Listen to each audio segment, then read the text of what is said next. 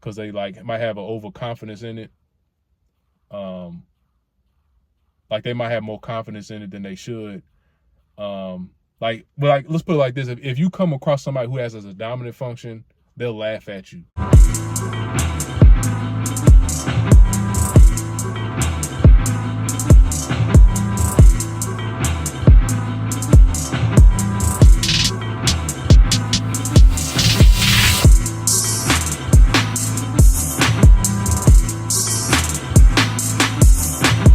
What up, y'all? So been a little minute, but what's up? Been a little busy, man. Things like that. With my new business I started, online fitness, as an online fitness coach. But yeah, I pretty much help beginners, I help people who have busy lives and stuff like that figure out how to work out, things like that, and how to reach their fitness goal. I got a ton of experience working out. If you're interested, just reach out to me. I'll leave a link down below about how you can we can set up a free consultation, stuff like that. But anyways, I want to talk about how a lot of times people get confused about when observing types and trying to type people through observation or whatever. Also type of celebrities. Common thing that happens is a lot of times people will see like the inferior function come out and sprout, and they'll mistaken it. It's really easy to mistake it sometimes if you don't know the difference already. Sometimes it's easy to mistake your inferior function for like maybe the dominant function or something like that. Or it can throw you off when you're trying to observe somebody, try to figure their type out. So the reason for this is because your inferior function is weird. It's not like what you think, but at the same time, once you understand like how things happen with your inferior function, it makes more sense. But the inferior function in every type pretty much is like the unknown realm that you don't know as well. But when you do use it, it's like you don't have very much control over it. A lot of times you can get overwhelmed by it. It's like it overpowers you because you don't know. It's like discovering a new power that you don't know how to use well. And then it can be dangerous. Like, imagine if you got a weapon you don't know how to use. You can hurt people around you with it, or you could it could be destructive in a lot of ways, stuff like that. At first, that's what it is when you use your inferior function. It's like an all or nothing thing. Like there'll be time when you use it and it seems like it's nothing, like it's all you can think about in the moment. It's like an all or nothing thing sometimes too. But this can be confusing. Example I'm gonna use. See, the thing is, when I bring up celebrities, it can be controversial and sometimes it can cause debates. But I mean, even if you don't agree, just hear my perspective. I'm pretty sure, like I'm willing to bet money that this person is this type though. But it's gonna throw some people off. Like for example, someone like a Ryan Garcia. Ryan Garcia is always, for the most part, typed as an SC dime. When I first seen Ryan Garcia, I thought he was an ESTP. But after a while, I started saying like he's an ESFP. He's not an ESTP. Seems like a lot of his friends are ESTPs, and that might be why I thought he was an ESTP. Probably because a lot of his friends are ESTPs. But Ryan Garcia, ESFP, but when you see him, you'll see him talk about religion, stuff like that. He'll say he's spiritual, and he'll say like things that make him look more. You would think maybe he's intuitive or something like that. But the thing is, that's his inferior function. I can see, like, nobody's really saying anything, but it'll probably throw some people off when you look at him because he'll talk about God. But I'm going to tell you right now, every single SC dime I've ever known, they all have a phase where they decide to be like real religious and they try to be real spiritual. That's due to inferior NI. It's like they discovered that inferior NI and then it takes them over. That's just an example of how it happens though. Like you'll even start to like if you're not like to the untrained eye, you'll think that's an intuitive. But it happens to every ESF, every SC dime I've known.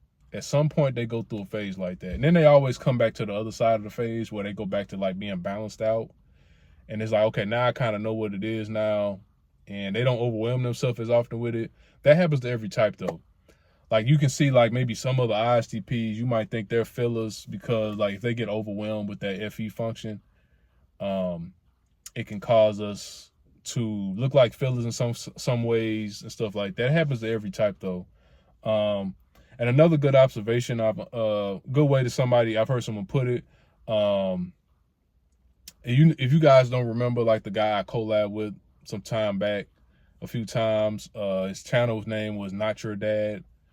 He brought up one time that when you got an inferior function, when you see someone using their inferior function a lot, like I'm trying to find a way to explain it. Like for example, if I say like the ESFP, back to that example, when you see them using NI mixed with SE, low NI mixed with SE looks like NE.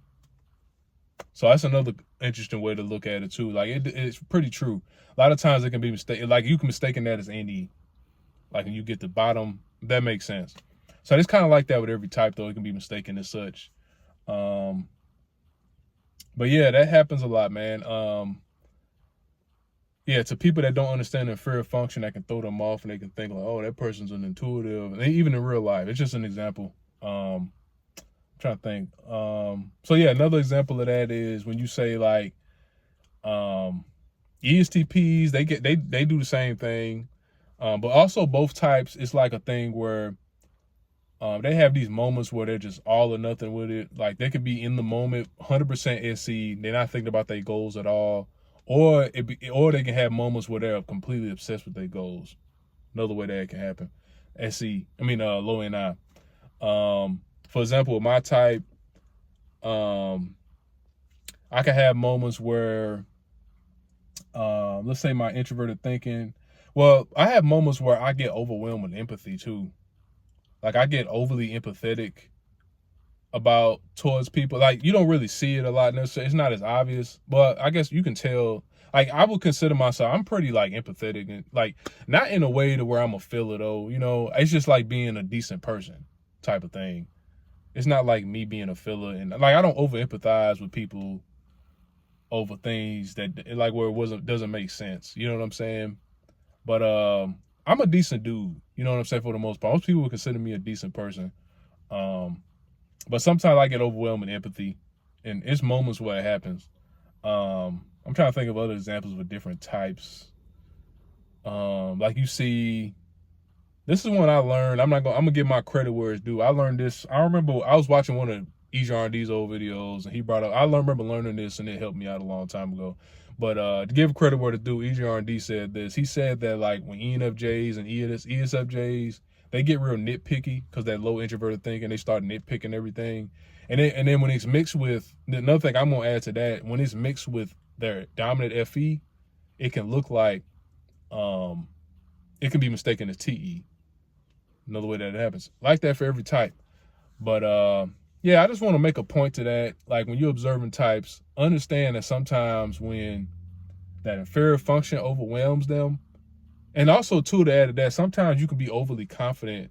You can put too much confidence in that inferior function because you might do it. You might use it one time, and you might actually, it might seem like you used it well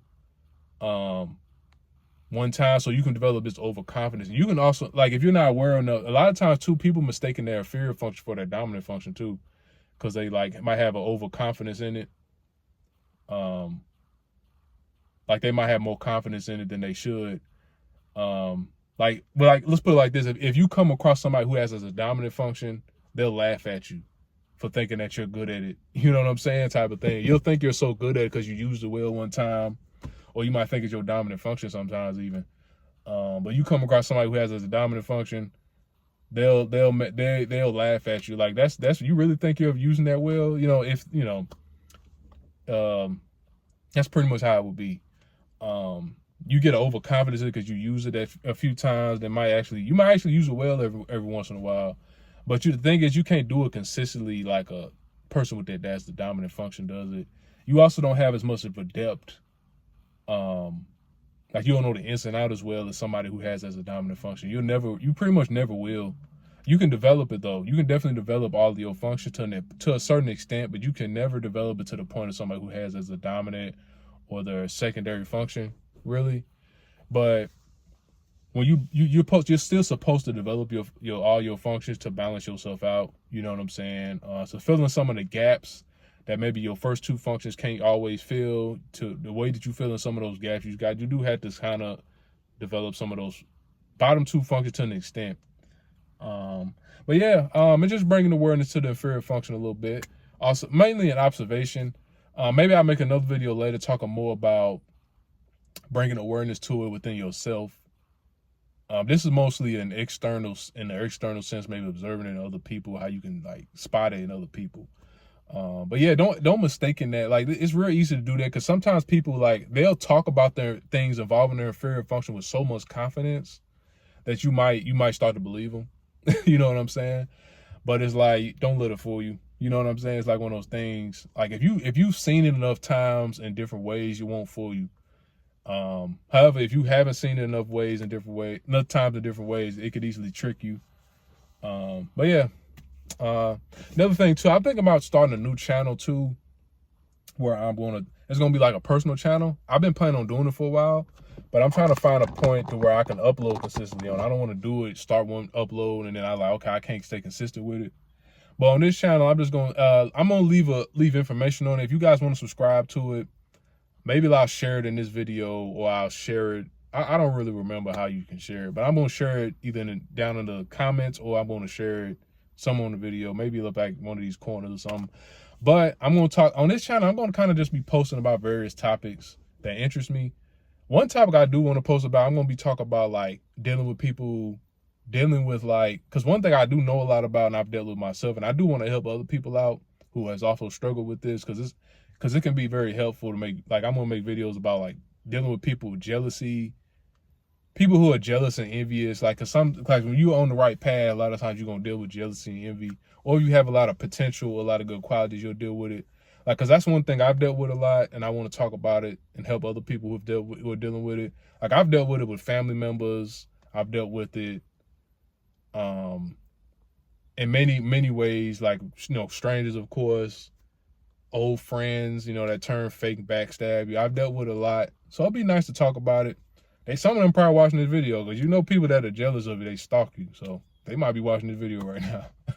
But anyways, I'm starting a channel on that. I'm going to post stuff about that. And it's going to be like various topics. I'm not really sure what I'm going to make that channel centered around. Maybe I'm going to experiment with different topics, see what sticks, and maybe I'll stick to that. I don't know, be honest with you. I think it's just going to be stuff that interests me. Like, if you're interested in that, let me know. And make sure you subscribe to that channel. I haven't uploaded anything on it yet, but I do plan on it pretty soon. But if you're interested in that, make sure you subscribe and stay tuned. But anyways, also leave some ideas below what things you want me to make videos on regarding Myers-Briggs. But yeah, thanks for watching.